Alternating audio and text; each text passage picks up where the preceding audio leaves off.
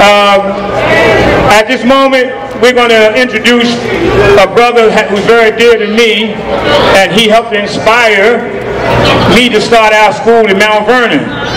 Brother Umar Johnson here. If you haven't gotten Hidden Colors 1 and 2, you're making a mistake. If you think you can read, you made a mistake. I will guarantee you that anybody who tells me that you don't know etymology, if you don't know etymology, you cannot read. I don't give a damn who you are. Yes, one more second. Brother Umar Johnson. Peace and love, family. It's an honor to be here. I'm going to be brief. School has just started up. And as you know, there's some weapons of mass destruction waiting for our boys and girls in public school, waiting for our boys and girls in charter school, waiting for our boys and girls in parochial school, and waiting for our boys and girls in independent school. Black mother, black father, listen to me well. I do believe that with this law, though, with this colorable law just talking about in this time and history, I think you can use the science. No, I'm not going to throw out the science. Because there's certain things where I believe that whether you're Pan-Africanist like me or more, we can link up on. Particularly the international law and how to apply it to our people as a nation. Do you follow what I'm saying? So I'm not throwing it out at all. I'm simply saying that you don't have to call yourself a Moor in order to tap into that science or use it. Do you see what I'm saying? I'm not throwing it out. I'm just saying I don't have to identify with that in order to tap into that science. And I don't want us to confuse tactics with gold. And what I mean by that is I can give up my social security card. I can give up my birth certificate. I can give up my driver's license. But does that mean I'm free? No.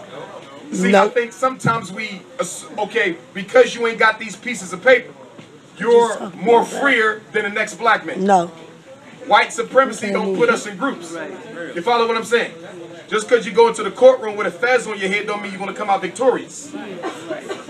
And again, I'm not belittling because there's a lot of good to the Moorish system. I would never throw it out. Some of my closest homies are Moors. I want to be clear on it. My elders are Moors, some of them in Philadelphia. So I would never throw it out.